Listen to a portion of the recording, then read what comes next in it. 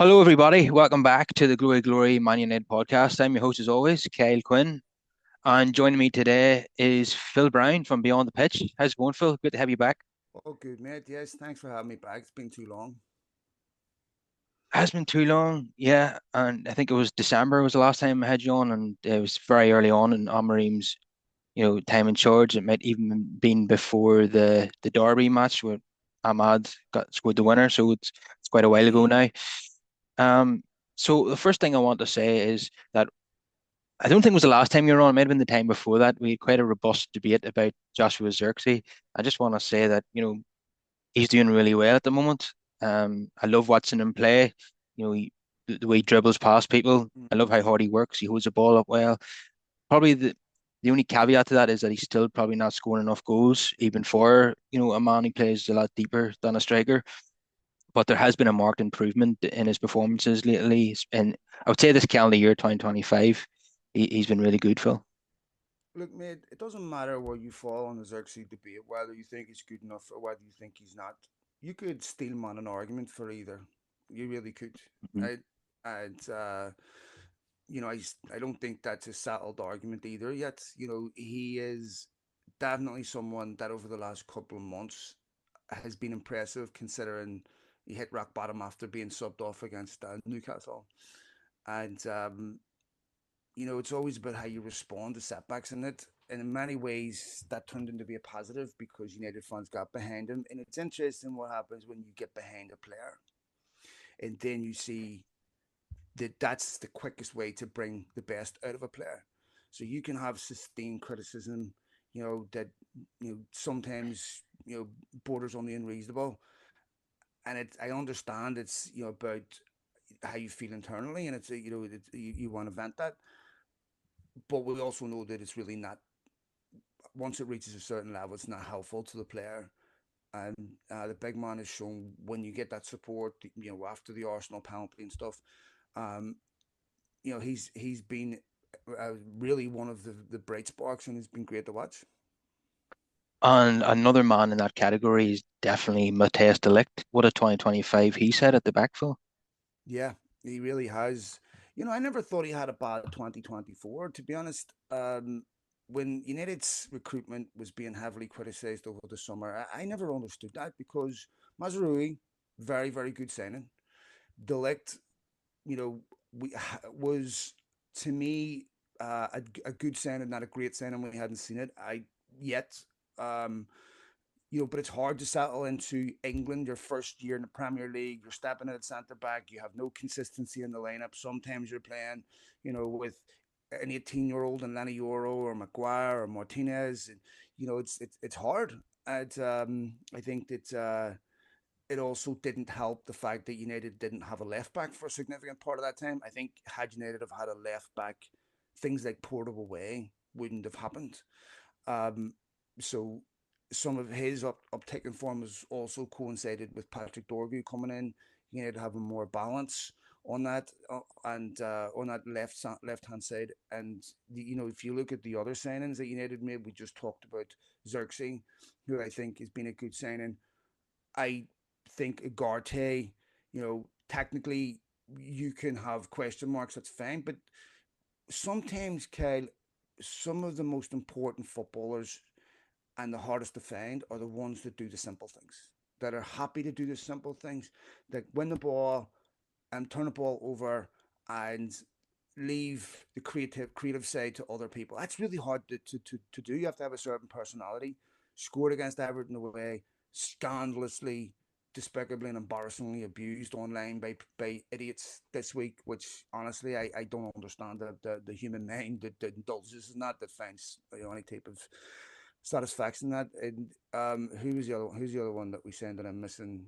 Um Ugarte, Mazarui, Delict, Mazrahi, yeah. Xerxes, I should pronounce it. Lenny But anyway, Euro, yeah, Lenny Euro. And Lenny Euro looks, other than one game, I think it was against, was it Palace? Southampton. Was it Southampton? Oh, yeah, Southampton.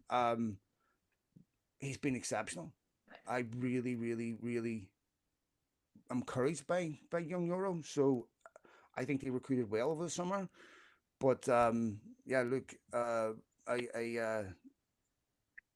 obviously we'll see what Amarim does, but I'm not too pessimistic about how that's gone so far. I tell you what, United recruited well in January as well, by the looks of things, because Dorgu's been off to a flyer.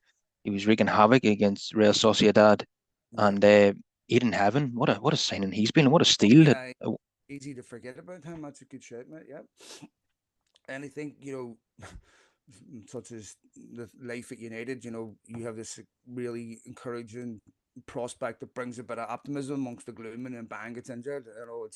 It's unbelievable. But his composure, his attitude, played against Arsenal, and see him with Leicester. Played uh, um, Champions League, I think, didn't he?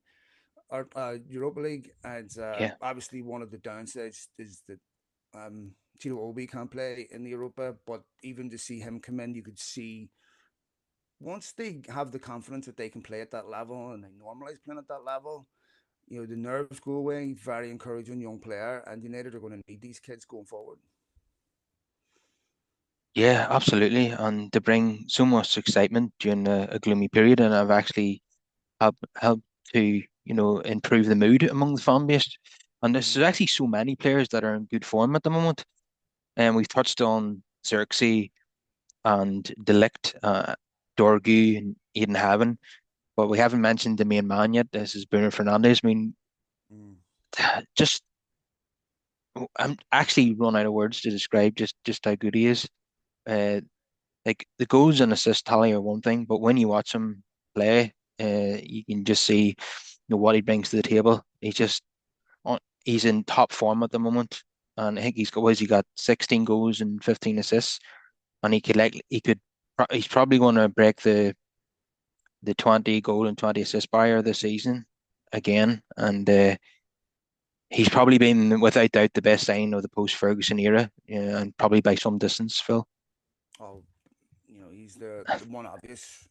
He's been absolutely vital. I mean, I can't even when you look at the year United signed him, look at where they were in the league.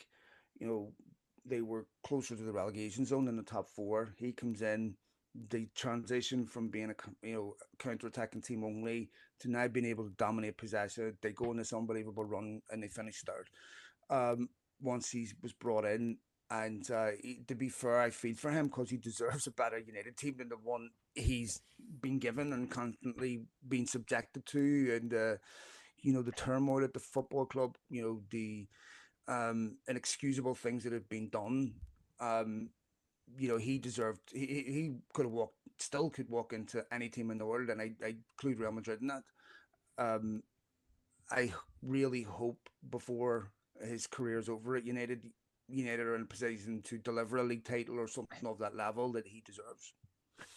Yeah, very much like Brian Robson. He eventually won the league a couple of times at the very end of his United career, and we're hoping for the same for this captain too.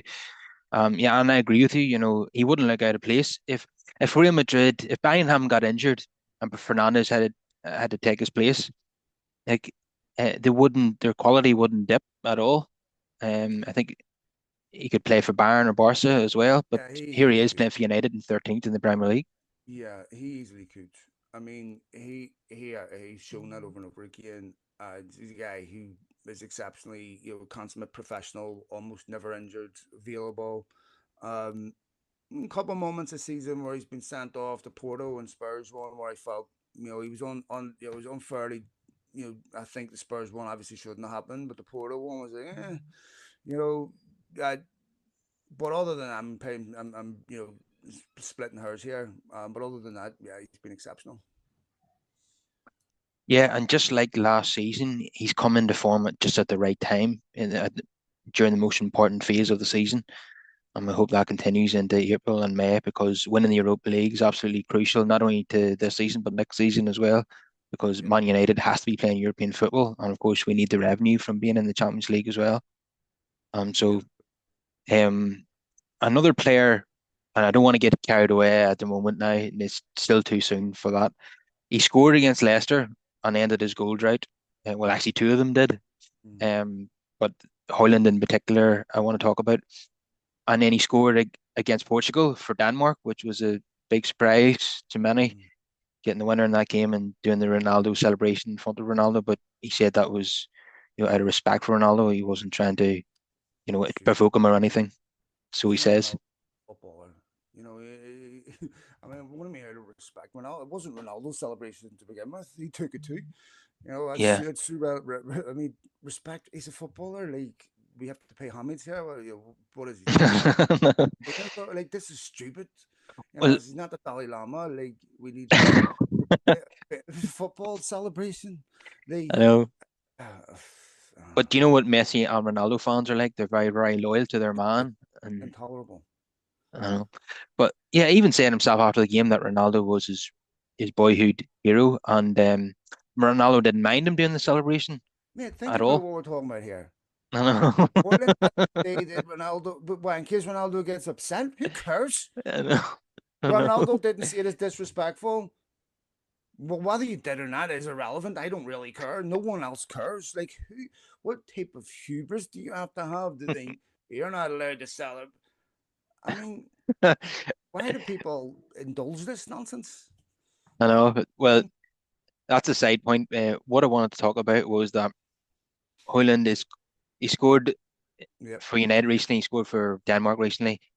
We could Mm-hmm. really do with him having a real burst of form in this April period and getting back to playing how we know he can, the way he did between Boxing Day and late February last season, if Yeah, before he look, got injured. If he can get back to that Hoyland, then that'd be a great benefit to us.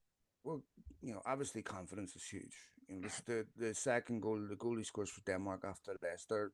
I am certain is a result of the goal he scored against Leicester. You know, because you bring that confidence to this, and when you're not confident, you score, and then you score in the next game. You know, that is enormous. And so for Hoyland, scored in against Portugal, it was a key goal too. That gives you even more confidence as a striker. It was a good finish. But one of the things that it showed you is I don't know if he gets that ball at United. You know, ball comes across the 18 yard box, and this has been one of the primary issues why Holland has been so profligate because he this type of service has been lacking at United, and that's going to be something that Amorim has to fix. They have to create chances. I mean, if you look at Hoyland, I think it was the Leicester game where Harry Maguire had scored, and many games have been like this. You know, he's got 1, 2 touches in the box. You can't have that as a striker, especially playing against teams that you should be beating. So it's a two-pronged problem. It's about United being a team that creates chances for their strikers, which they have done, to be fair, over the last few games, and then being in a confident position to finish them. Their last season under Ten Hag, if I was concerned because Hoyland felt like couldn't play 2 games in a week, right, because of this back issue, and like he's young. If you can't play, 2 games in a week at this age, that's a big concern. So Amarim this season has made sure he stayed fit. And look, the chance he missed against Arsenal, I think if that comes this weekend, he takes it. But yeah, look, if I'm Hoyland, I'm looking at this going, I've got 2 months to save my United career. Yeah, absolutely, because I think United will sign a striker in the summer regardless of what happens now. No matter what Hoyland does between now and the end of the season, I think that we'll sign someone. So he could be relegated to second choice striker or even sold, no matter what happens. But yeah, he will do himself no harm by getting a few goals between now and the end of the season. Another player I wanted to talk to you about is the goalkeeper. I don't Mm-hmm. think he's had a good season. He's made far too many mistakes.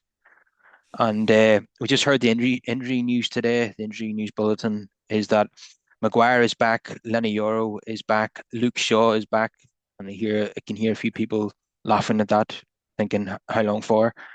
And Tom Heaton and Bayindir are back also. So Bayindir was doing well, playing in cup games in January, and I thought with Onana making a few mistakes during that period that he could have ended up getting an opportunity in the Mm-hmm. league, but he got injured at the wrong time. And in my opinion, I don't think he's not the long term number one. I don't Mm-hmm. think that at all about being there. but I would like to see him get an opportunity now that he's fit again, because I don't trust Onana at all. Phil, how do you feel about it? Yeah, look, I think that Onana is a very good, maybe exceptional goalkeeper in the right league. I just don't think he's suited to English football. I'm surprised because Ten Hag would have known that because it was his second season when he signed Onana. And, if you look at his distribution stats, they're poor, which was one of the main mitigating reasons for signing him that would allow you to accept that he isn't maybe the best fundamentally with, being a goalkeeper. But okay, the cost benefit is you get exceptional, you know, um, uh, you know deliveries. You get exceptional, composure at the back that allows you to play out. All this stuff, but just that's not happening. Um, he's not good on crosses. He shirks physical, and any type of physicality, or any type of he's poor. He's mental lapses, concentration lapses, and I think he was probably the main reason why United were out of the Champions League last season. Although they weren't good enough anyway. But I look at how many times you know he's dropped mistakes in games where they're inexplicable. And when you have the Pilsen manager coming out and saying we're targeting him, you have to be. It's the second season. I don't care how good 1 to 10 is, or 2 to 10. If your goalkeeper is dropping balls in the net, you can't win games of football, right? And you know, Taibi lost his United career for just a small sample of this. And other goalkeepers, Tim Howard was done once he dropped that clanger against Porto. I remember the De Gea's first season. He was spindly, young kid. Had to learn how to deal with the physicality. Then did. Onana's in his second season, in his prime, and to me, you know, I'm not convinced. And he brings a nervousness to how United defend. But the other part of this question is who's the obvious alternative? Because I'm not really impressed by many goalkeepers in football. I mean, Arsenal, I'm not impressed by Raya, Sanchez, any of these. I just, you know, I just don't see many outstanding goalkeepers. United, if they're going to replace Onana, I know Ederson and Allison didn't have Premier League experience, but you need to have a goalkeeper that physically can handle the Premier League because you look at Arsenal. Arsenal, that game where the corners, to me, Onana is responsible because anything that falls in your 6 yard box, I want my goalkeeper. He's the only one who can use his hands to get on the end of that. And, Um, you know, Bayern did it against Spurs, but then had a good game against Arsenal. So you have to have a particular type of goalkeeper in the Premier League, and I don't think Onana will ever be that. no, you're absolutely right. If we just throw a couple of names out there, I know this one has been linked probably because the amount of clean sheets that he's capped for Burnley this season is James Trafford. Um, Mm-hmm. that is an option.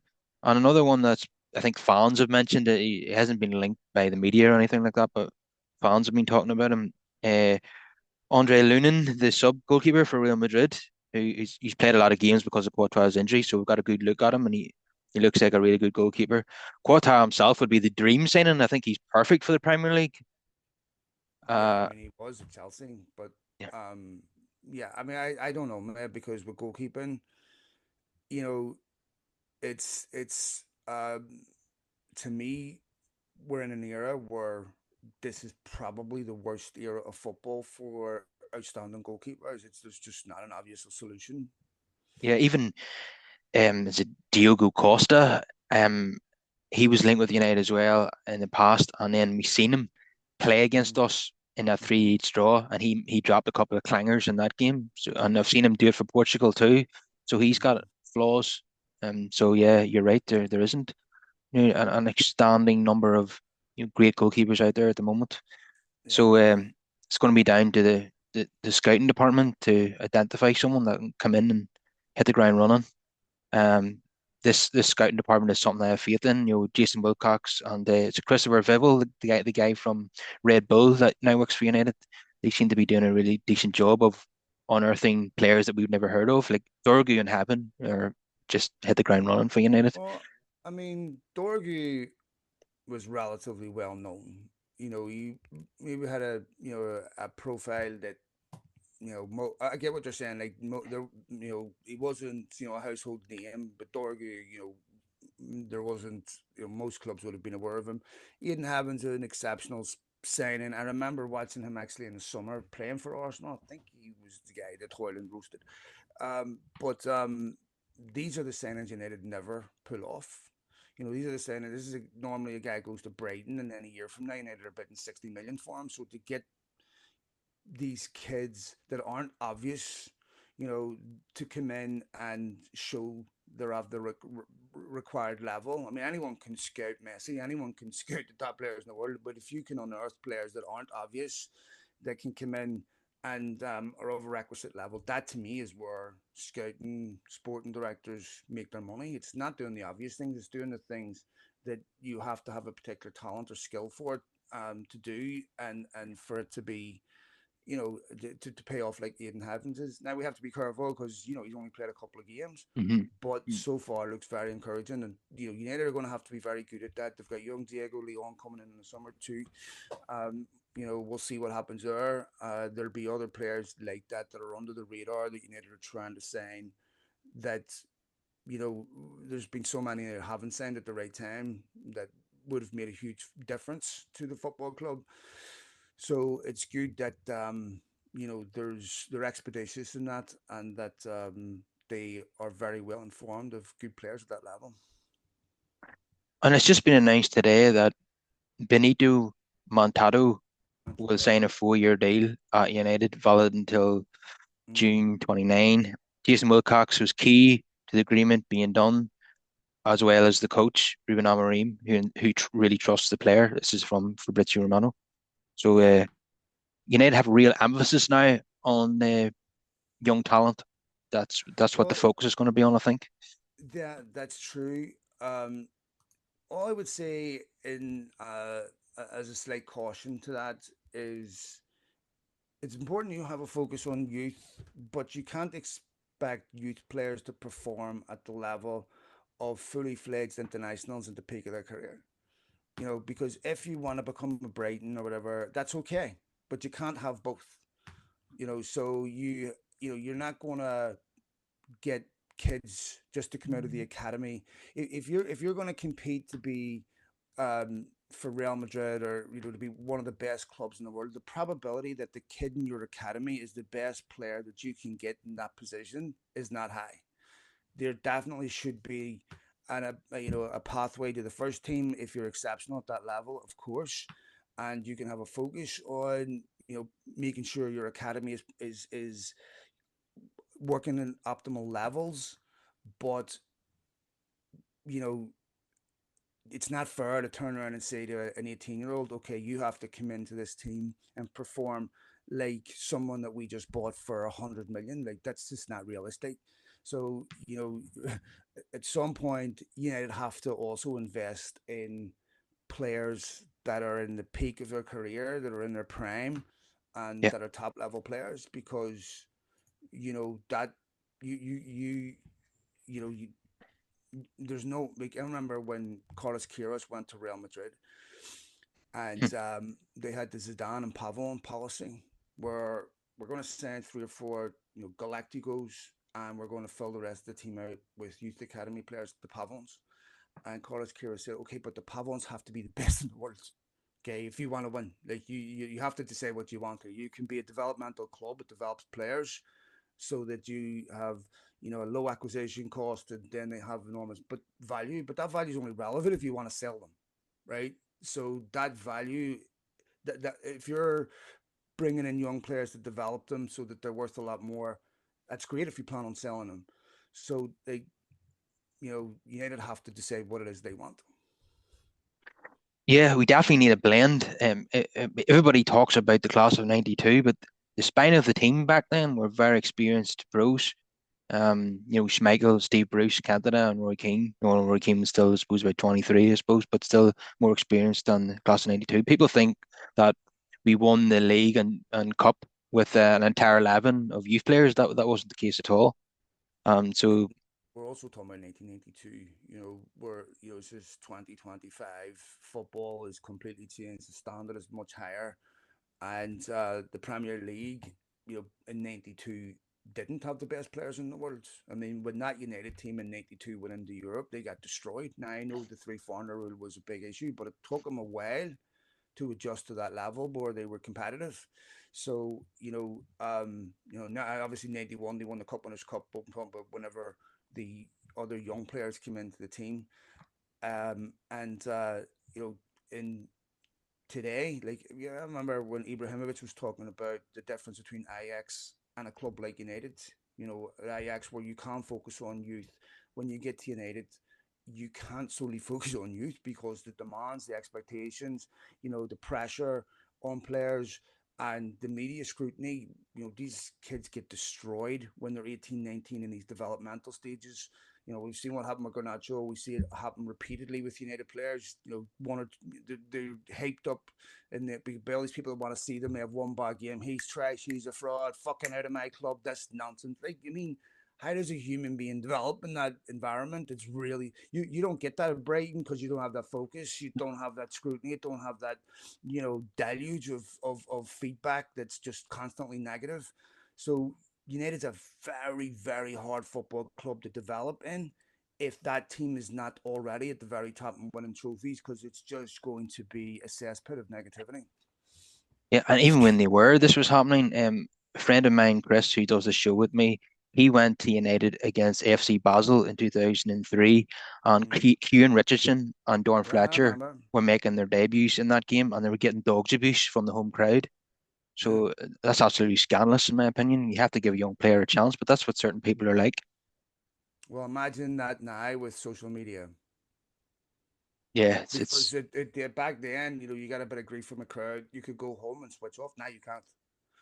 Like, a human brain wasn't designed to take that level of abuse and criticism and then still have a healthy self-image. Like, it just is almost impossible. So this is why they have media teams running their social media, because it's about protecting themselves, because to subject yourself to that would be extremely dangerous, because that is really quite despicable. which makes it even more impressive that Joshua Xerxes has come back so quickly after what happened against Newcastle.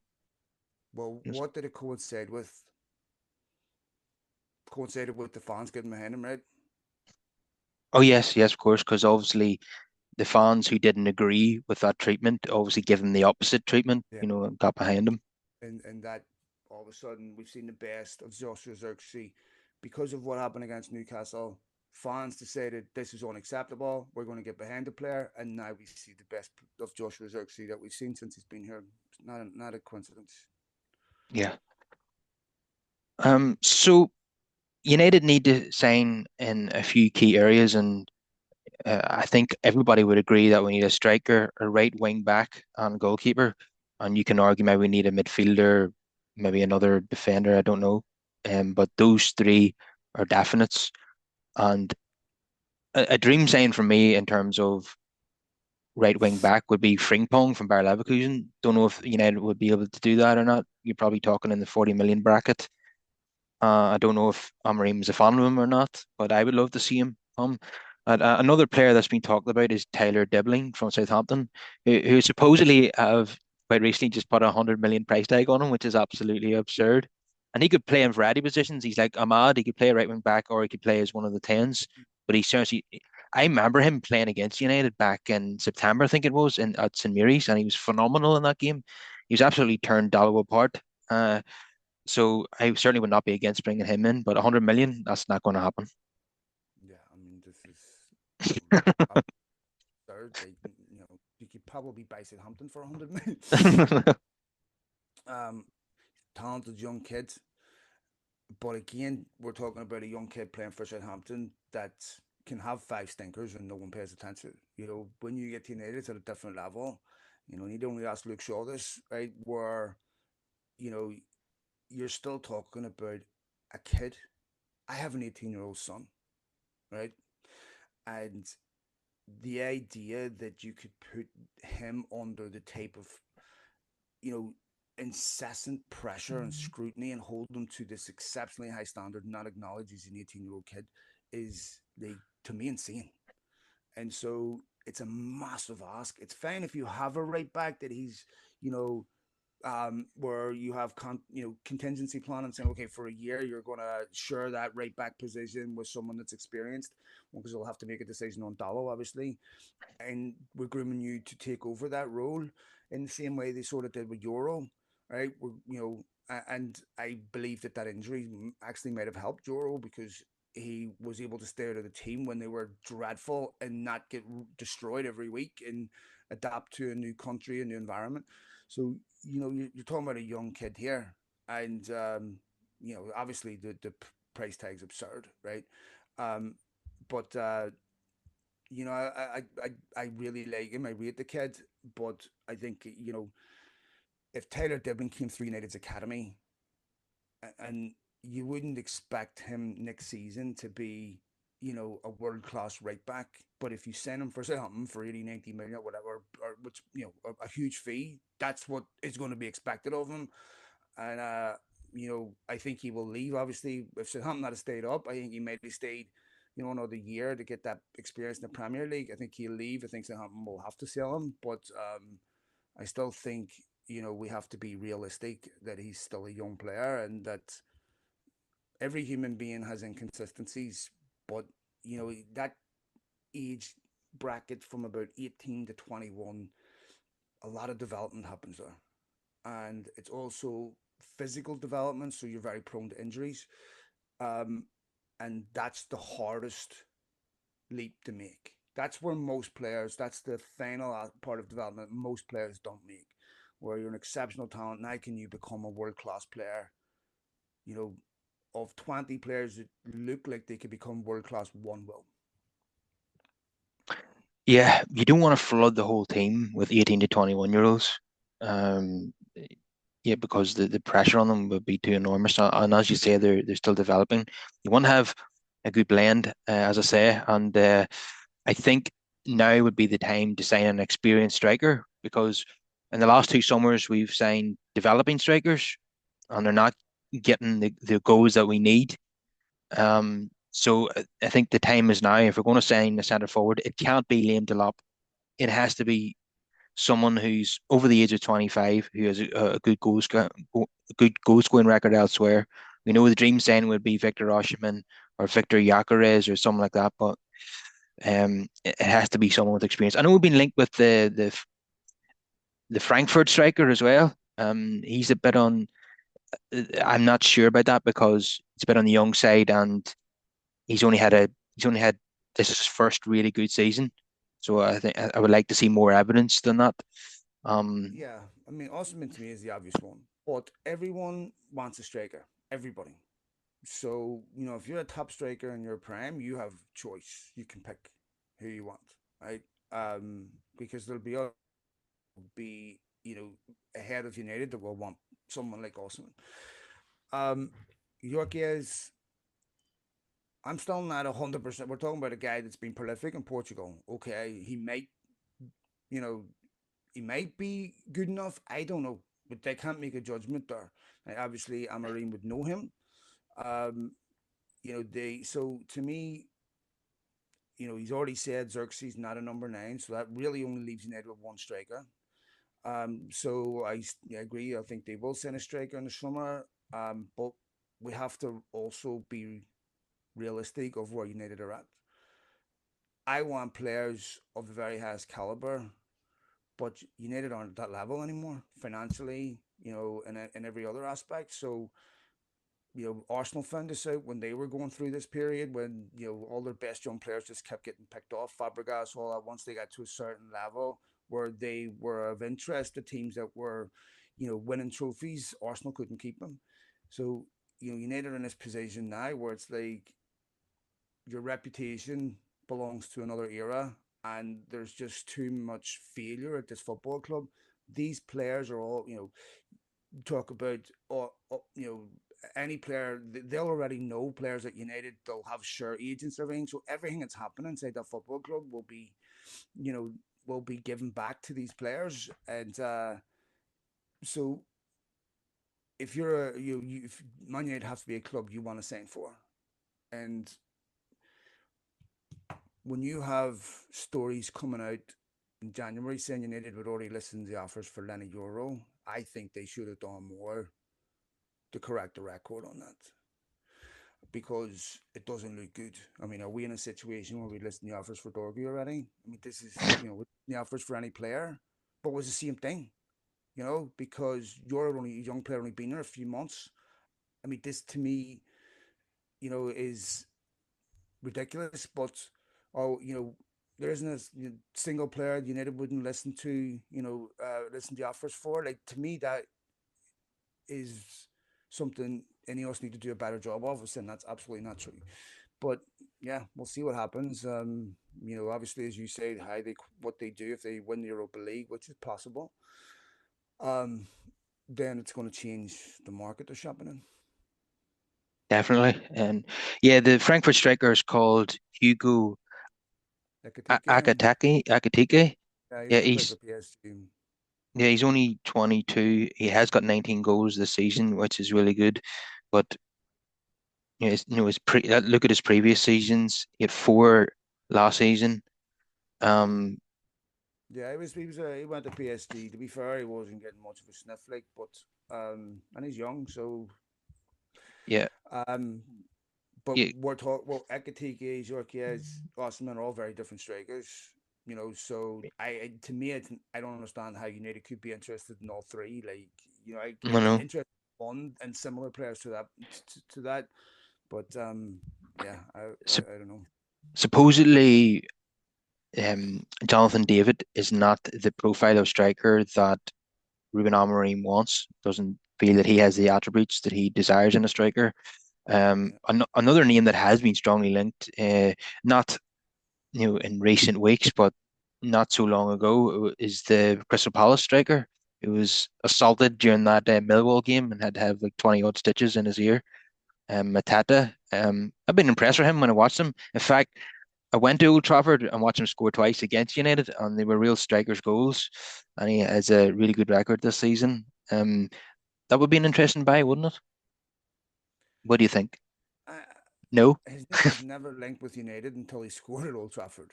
And I just think people went, United need a big physical striker. He just scored 2 goals. We'll throw his name in the mix. Like, they get linked with everybody. I mean, to me, was not very inspiring. Decent, run of the mill striker that you can find all over the world. Decent striker, not top class, not on Real Madrid shopping list, or decent, you know, But to me, a second striker. I mean, would it's, Matata start for City? Would he start for Liverpool? I don't think so.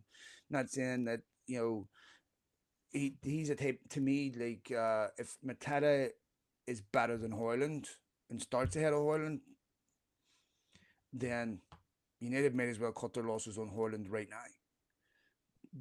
Because that to me would be a major concern. I mean, I think United need someone of a higher caliber. I don't know if Matata makes. Is Matata going to score 30, 25, 30 goals? No. I mean, I suppose United what need I suppose, goals from the striking position.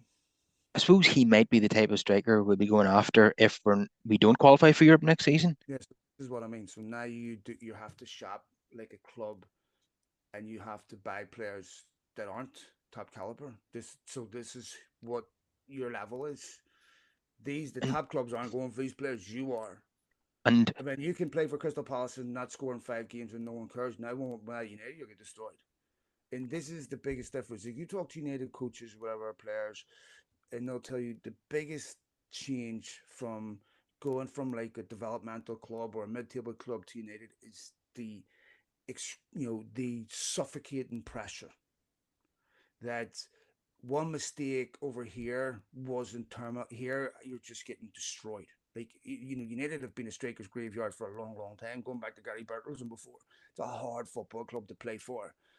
And, you know, if Matata doesn't have a great start or whatever, Does he have a track record that would convince you should be patient? No. Yeah, so that could be the market we're shopping in if we're not in Europe. If we win the Europa League, we could be going after an Osimhen But see, because to we'll, me, let me pick us up. That Matata to buy Matata from a Premier League club is going to cost you a fortune. You can go get a Matata in France in mid-table in Ligue 1 for a quarter of the price. yeah. So you're not inspired by that potential signing at No, all. I don't. To me, it's it is not inspiring. Like I maybe I'm at an age where I'm too old to get excited by signings. I don't know, but to me, I am not moved. I would actually sort of I would disappoint me actually. I would, this. How can you not find? Like, did he just get good the last 6 months? Who was linking Matado United 6 months ago? How many people even fucking heard of him 6 months ago? Barely. And he's had. This is what makes you a Man United target now. Like finally, yeah, United kicked Marcus Rashford out. He scored 30 goals, right? But this guy, okay. No. Yeah, and as you say, it would cost an awful lot of money to get him out of another Premier League club. So yeah, you've actually convinced me not to go for him now. You know, Yeah, no, it's just this is Palace wanted 16 million for Mark Wahey last season, right? Which Chelsea refused to pay. I think there was another team in for much. I don't blame them. They don't have to. They're Steve Parish, smart guy. They don't have to sell. You want Matata at Man United from Palace? We want 60 million. If you pay 60 million for Matata, I would sack every single one of Ineos's crack sporting team. Um, because if you seriously cannot find an alternative, because what Palace will do is they'll go out and sign someone for 10 million from Liga on mid table, and they'll do what Matata did. And what are we going to do? Bid for him next year? Like, go find, if you can't find a better striker than Matata in Syria, in Liga or whatever, all clubs that need to sell, then football's not worth watching. Seriously, that's shite. Like that's the most uninspiring. You know what is Matata to me? He's a Marlon Herwood. he's that bad. No, he's a decent striker that will get you 10, 12 goals in a West Ham or something, but never good enough to go to the very top, right? Like to me, and there's lots of players like that. That's okay, but you know, uh, yeah, if you can't find someone of Who- that caliber in Europe, your eyes must be painted on. Would you put him in the same bracket as like a Miguel Antonio Yeah, for West someone Ham? like that, big lad, striker, physical. Um, he's to me of that caliber, like bit like an Andy Carroll or something. Big, strong, you know, target man, but never going to be a guy that gets you the type of goals you need to win the league by 2028. Yeah, hopefully United are able to sign someone better than that in the summer. So I wanted to talk to you about departures. Mm-hmm. The Jadon Sancho thing is intriguing, or if not boring, to be honest. Uh, 'Cause I just this guy's not going to play for United again, so there's no point in all this chatter about him. But in any case, there's been rumors that Chelsea are not going to, pay the obligation, and I didn't know that you could get your way out of these, obligations. But apparently they could pay if they want to. They could pay a 5 million penalty fee Mm. to not sign him, and they would obviously pay 20 to 25 million to sign him.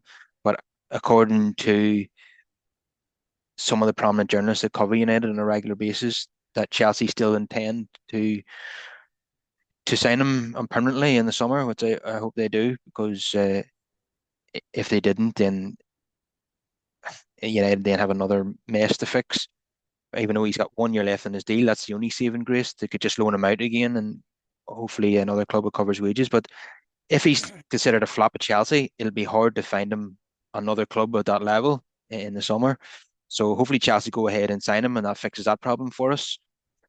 Uh, Yeah, this is really an issue for Jadon Sancho and his agent. I yeah, mean, to me, if I'm Jadon Sancho's agent, the last thing I want to do is be in a situation where clubs are willing to pay to take my client back. I'd rather pay Man United 5 million to take you back than pay 25 million to keep you, which is a pretty low fee. You know, when you're talking about Tyler Dibbling being quoted 100 million, Jadon Sancho, is someone that no one should be paying 5 million to get rid of. Now it's a very low threshold, and I don't know why United left it that low because it's almost bait. It's almost an incentive to not pay it. Um, could you get 25 million from a German club? Maybe, but if I'm a German club and Chelsea paid 5 million to send him back, I know United would be desperate to get rid of him. I mean, it's Jadon Sancho, in my opinion, needs to go abroad. He hasn't ever had a good season in the Premier League. I just don't think he's suited to the Premier League. All his best football's been in Germany, where he's suited that league. And if I'm his agent, I wouldn't even want him to stay at Chelsea. I'd be like, we need to get you out of here. I mean, I didn't understand the move in the first place because, to be honest, he's played more than what I thought he would. Um, but he's ineffective, and you're not just buying Sancho. You're taking on his wages, everything, and I don't understand why Chelsea would want to do that. But I don't understand how they run the football club either. For United, um, there's obviously no way he can come back. His relationship with the football club and the fans is completely over, and that's fine as long as your agent has an alternative. So it's big, big, big couple of months for him. it'd be a huge insult to the player if a club paid 5 million not to sign him. Well, here we go, Kyle. Right, Jadon Sancho left United last summer, and he's been there, almost a year. Supposedly, this was his dream move, and the only thing that's happened is Jadon Sancho's reputation um, is exactly the same as it was before he left. Marcus Rashford leaves United on loan in January, and within a month, he's back in the England team starting the last two games. So, when I look at stuff like that, Marcus Rashford's gone out on loan, excelled, done exceptionally well. Jadon Sancho has not. The loan hasn't worked for him. It's been, 7 months or so. He's got 2 months to show he can stay at Chelsea. He's had 7 months to show he can stay at Chelsea. So if Man United are the problem, you show that at Chelsea. Marcus Rashford, Anthony, all that, they've gone out and done really, really well on loan. And so they will have plenty of options. Jadon Sancho won't because no one wants to spend that type of money on a player when they can't remember their last good game. Yeah, he hasn't had a shot on target in 2025, I believe, which is a damning statistic for a forward player. For a player of that talent, a player who has natural ability, technically excellent, but he needed to go to a team where he was fundamental in that team, almost like Villa. Like if he'd gone to a team where what you're going to start every week, you're integral. Where Chelsea, you haven't, Maresca doesn't permit you any freedom. You have to behave like a robot. We heard him talk about this with Enzo Fernandez. I just didn't think it was the right move. I understand he wanted to go down to London to go back there, but I remember being on a Chelsea podcast at the start of the season, and I said Jadon Sancho needs Chelsea more than Chelsea needs Jadon Sancho, and he has to go here and perform. If he's sitting at the end of the season, hadn't had a similar season to the ones that he's had at United, I really don't know where this kid goes. Yeah. Do you remember back in the autumn when he scored a few goals, two or three maybe, and Chelsea fans were kind of laughing at us, thinking that they got an absolute bargain. I do remember that, Yeah, like they've gone a but bit quiet now. to be fair, United fans would do the same. So Anthony has done exceptionally well at Real Betis, but Man United need to sell him at 32 million just to avoid a loss on the PSR calculations. Um, I don't see Real Betis being the type of club that can afford that. and never mind his wages. So, do you think United will be able to sell Anthony permanently in the summer, or do you think it'll be another loan? I mean, he's certainly in a much better position if he continues than what he was in January. There'll be, I think United could probably do a loan with a mandatory buy option. I'm not sure someone's going to rack up a 32 million. Although I still feel if you're a La Liga club or Serie A club, that's good business because I think he would do really well in those leagues where he's suited to that physically. You know, he's suited to the tempo. He's suited to how. I mean, to be fair, the lad he's done really, really well at Betis, and I'm happy to see him do well. I want to see United loanies go out and do well. You know, whatever happens at the football. Remember, I know it's easy for us to simplify things and to create boogeyman. This is a relationship that the club are responsible for too. So players, a lot of these players have legitimate grievances that contributed to the situation they're in. They've gone to other football clubs. It's a different environment, different relationship with the fans, different pressure, and a lot of players can thrive in that and show that they're obviously much better players than what we're seeing. So, for Anthony, I would be if I'm his agent.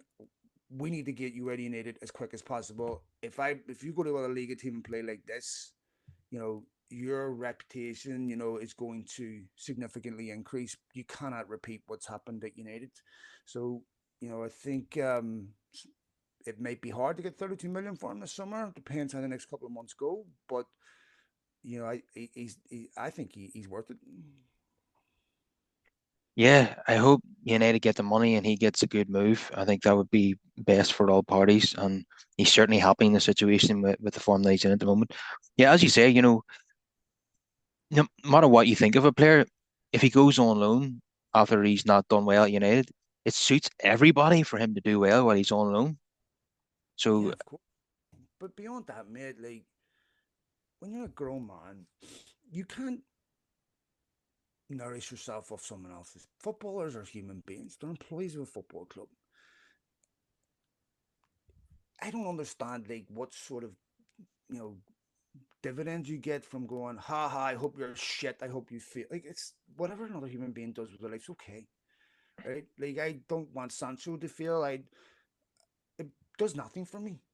For my happiness depends on the things that I do in my life, not someone else's failure. Like to me, if you're trying to nourish yourself of someone else, that's just a dead end to me. Like, you know, United aren't perfect. The players aren't perfect. No human being's perfect. Shit happens in life. Okay.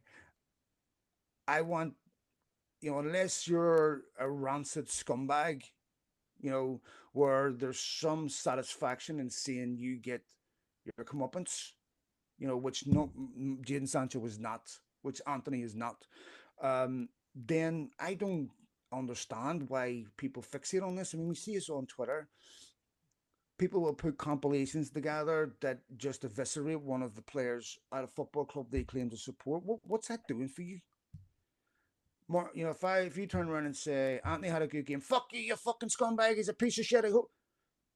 What's that doing for you? Like you are seriously triggered by another human being saying, "I hope you." But do you realize, that is really revealing. Like, triggered by that. Like, why do you have so much anger to or resentment, or like, you know, if they feel that's okay, but like investing in that, Ugarte shit, get out of my club. Like, yeah, where, where?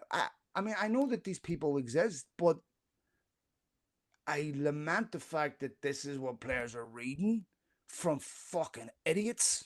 Where it's like, get out of yeah, my club. I assume it's done to drive engagement and through enragement, but it's honestly like the consequential effect this is why players and people can't be on social media because of the stupid shit. yeah. Like Garnacho scoring a goal and not celebrating because of the abuse that he was getting from fans.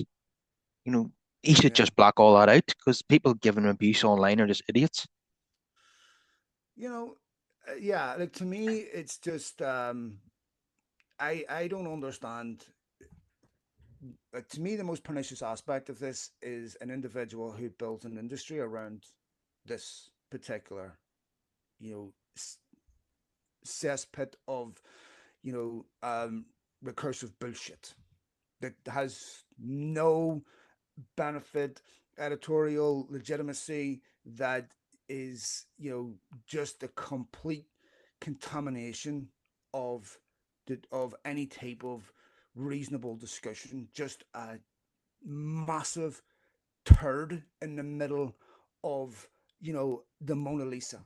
Just what is your purpose? Just to someone who, by the way, has repeatedly talked about their own mental health and the abuse that they get, but yet a grown man runs a channel that is, feasting on abusing other human. Like, what the fuck is wrong with this? Like, if there's karma in the universe, mate, you are fucking going to, if there's cosmic justice, strap in, because I don't understand a human brain that gets up and says let's have a target. I just don't understand that. Like, how can you do? I don't get it. And without naming names, the people that you're Oh, talking about, everyone knows who I'm talking about. I'll you fucking name him know, Mark Goldbridge, obviously. No, everyone knows who I'm talking about. I've told him that myself. I'll tell it to his face. the people that you're talking about just did a live show in Dublin and somehow got hundreds and hundreds of people to come out and watch them who are all United fans. I don't understand that at Yeah. all. I don't know, man. It's their own. If someone has nothing better to do than spend money, I don't know. That's up to them. I don't care. Whatever. If that's something that resonates with you, okay. Yeah, and just coming back to, like you said, nasty supporters abusing fans for a bad performance. I know you have to remember they're footballers, they're not war criminals. People need to I mean, chill out. we can all say vent on social media. We've all done that. I'm no angel, but to get up every day and target it and sustain, like, into, you know, being wrong used to embarrass people, right? This fucking idiot, Bruno Fernandez is shit. This guy, I honestly, every time I see a clip come across my timeline, I'm like, I don't know if there's an individual I've ever come across in my life that is so overtly wrong about everything. Like, I disagree. I mean, I don't. That's okay. We can disagree on things. That's fine. But, like, anyone with a functioning brain that has just a modicum of understanding of football, okay, would understand that what he's taught is total bullshit and why it's total bullshit. Now, if Bruno Fernandez's agent was to do a deal with, the people that own United stand, then all of a sudden, we'd have a completely different narrative. You know, I understand that, but this individual, to me, encouraging this, like, this is where United need to do a better job, because they should use access as currency whenever people have no editorial, standards or respect, that are obviously weighting down your players and making it harder for them to succeed on, because it just feeds a constant. And I'm absolutely certain this individual uses bot farms, by the way. Go criticism and then watch the hundreds of responses you get from people with 12 followers, 9 followers, 13 followers. I'm like, this is bot farms. This is all an illusion. 470,000. I don't believe any of that. Like, that's. Anyway, yeah. I just don't understand, like, what the Yeah, benefit of that is and why people indulge in it. that channel goes to every single press conference and they always get a few questions. So United are Yeah, definitely no allowing problem. this. Yeah, of course. Um, so international break comes to an end for United on Tuesday evening. Unfortunately, no game this weekend because it's the FA Cup, and we've got Nottingham Forest away, which is a immensely difficult game given the season that they're having, challenging for the Champions League. And then Mm-hmm. Manchester City at home after that, and then we get into the serious business of the Europa League quarterfinals against Lyon. So I don't know what's going to happen against Forest. Uh, Mm-hmm. Anything could happen there. United could get beat easily. It could be a draw. United could win narrowly. Any of those things could happen. But I think United will beat Manchester City at Old Trafford, because I think we'll be up for that game. We're playing decent at the minute, and Man City, we all know that they've had a poor season by their standards. So I could see United turning City over in that game. And Leon, I don't know what's going to happen there. I think United just might have enough to get over the line over the two legs. But I do fear a semi-final against Bilbao, if I'm honest. But first things first is Leon. So how do you anticipate the next three games going then, Phil? Yeah, look, it's hard to say because you can't use the past as a predictor of the future with United because you just don't know. Um, this is really the chin check of how legitimate this convalescence is. This rehabilitation is. How is it meaningful, substantive progress, or is it not? We don't know.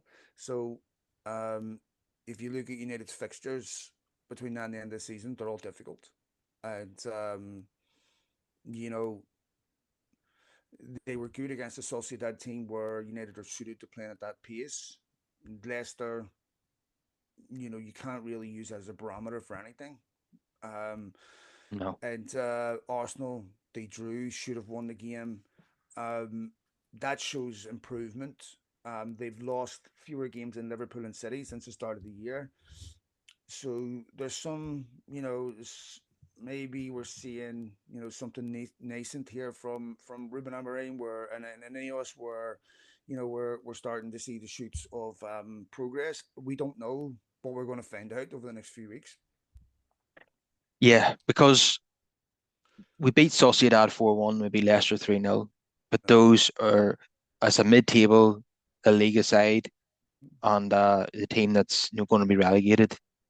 Nottingham Forest will be an acid test for this team. We're going to find out where we really are at the moment when we mm-hmm. play that level of opposition away from home. It, But I'm much more optimistic now than what it would have been 2 weeks ago because now you could see some confidence coming back in. And if they were to go to Forest and win, I think United could get a lot of momentum from that. They're going to need a big win. If they lose to Forest and beat City at home, I don't think they're in a better position than what they are right now. If they can win those two games, they will be. But they can't lose one of these big games.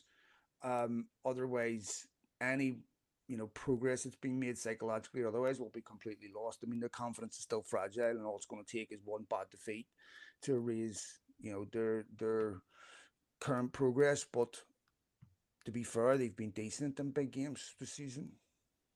Absolutely. I mean, they were very unlucky not to win at Anfield, and everybody thought we could beat 7-0 again. But Mm, if Maguire keeps the ball underneath the crossbar, we win 3-2 at Anfield, and we were full value for the win, really, given the performance. sure. And we're magnificent at the Emirates in the Cup. We beat City away in the league, so we drew at home to Arsenal in the league as well. That could have been a win too.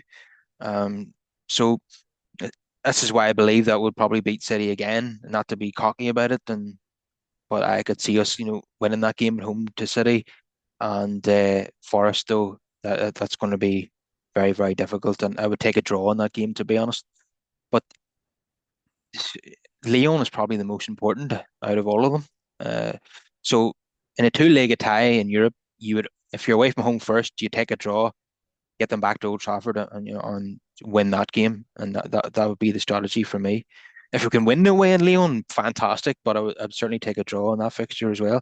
I just want to, in all these games, including Newcastle away as well, which is in between the two Leon matches, you don't want United to regress and suffer a 4-0 defeat or something like that.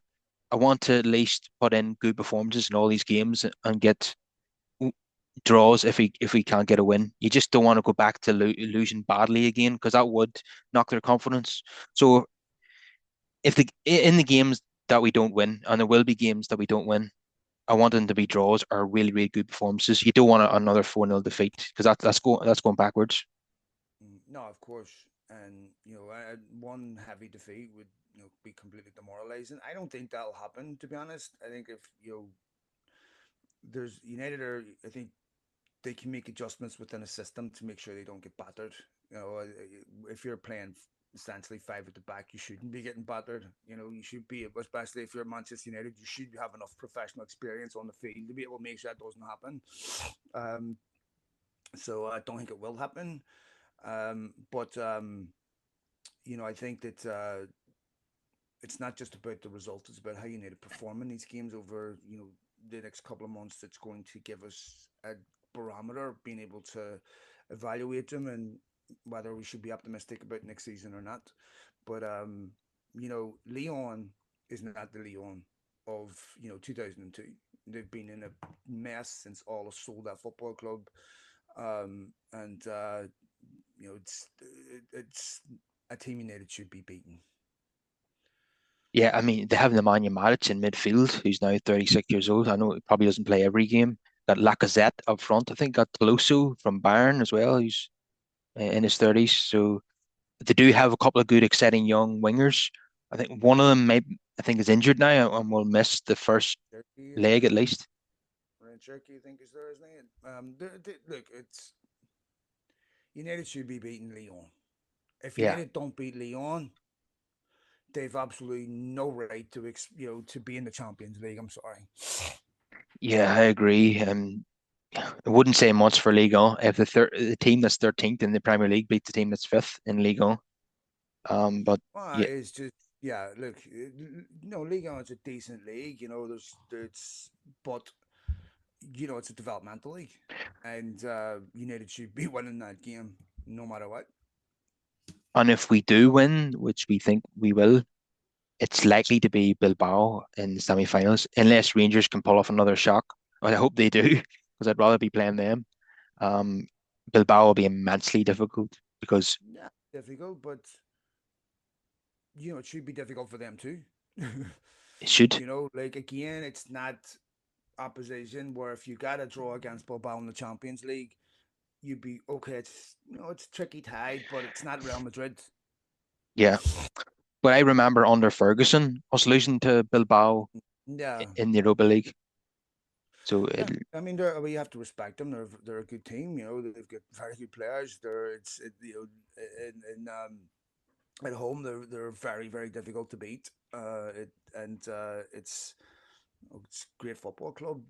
But again, it's a team that should be beaten if they're serious. I mean, there's no point in qualifying for the Champions League if you're not competitive, right? yeah, I mean, there's going to be lots of teams that qualify for the Champions League that have no chance of winning it or even being competitive in it. So if you're not at the level where you can beat teams like this, then United are going to have a similar experience in the Champions League next season that they had 2 seasons ago under Ten Hag. Like you have to be at a level that earns the right to perform, and so this is if these are decent teams, but they're not teams that are a threat to the elite level football clubs. yeah. But definitely teams that United will struggle to overcome if they're not in good Yeah, form. well, if we're Yeah. not good enough, we're not good enough, mate. We have to Mm. accept that reality. Yeah, I Leon I don't fear, but Bilbao playing this current United team, it'll be very very Well, that tough. will have changed between now and then. Like, if United have put together a decent run between now and then, after with beating some good teams, I don't think it's that daunting. I think they're more than capable of going away, getting a draw, and winning that title, Trafford. You know, because um, I think that there's if you offered Real Madrid a semi final against Bilbao, or they take it, or any team. So I'm Hmm. not saying United should be compared to Real Madrid. They're clearly not at the same level. But if if you want to be in the Champions League and be competitive next season, there's a Yeah, very realistic way of doing that. And if you're not good enough, you don't deserve to be in the Champions League. And if you are good enough, you will win over two legs. If you're not, you won't. yeah. So let's hope that we have two trips to Bilbao before the end of May, and that we win the second one at least, Yes, and sir. and it could be Lazio or Spurs in that match. I think we'd take a final against Spurs, wouldn't we? I would. Anyone? Any one of them, yeah. Sure, you're in confident mood, Phil, today. I think that if United are playing against Spurs with the majority of their squad back with confidence, they'll beat Spurs. I mean, they went and lost 1-0 when Madison scored. They should have beat them, and at a time when United were on the floor. I think that United with most of their squad back fit in form, and Ahmad will be back by the end. I I I don't. Spurs don't scare me at all. I think Spurs beat United because United were And, abysmal, not and to be because honest, they were particularly impressive. I'm not even convinced the Spurs will get past Frankfurt in the quarterfinals, to be honest. But we'll It's see not. what happens. Yeah, we absolutely need to win this competition on because it would benefit us enormously for Mm-hmm. next season, and that's what we do. Maybe I'll see you in Bilbao on the end of May, Phil. But that's Hopefully, a bit of a yeah. pipe dream. Mm. Hopefully, if you do, make sure you buy me a beer over you. Absolutely, yeah. If we win the game, I'll be buying everybody in the stadium a beer. Fucking turn in the rent a ghost when it's you around. Well, what do? All right, it's been a All pleasure as right, always mate. to have you on the show. Thanks for having me on, big man. Take it easy, kid. Good luck, mate. Have a good weekend. All right, see you later. Cheers, mate. Cheers. Bye.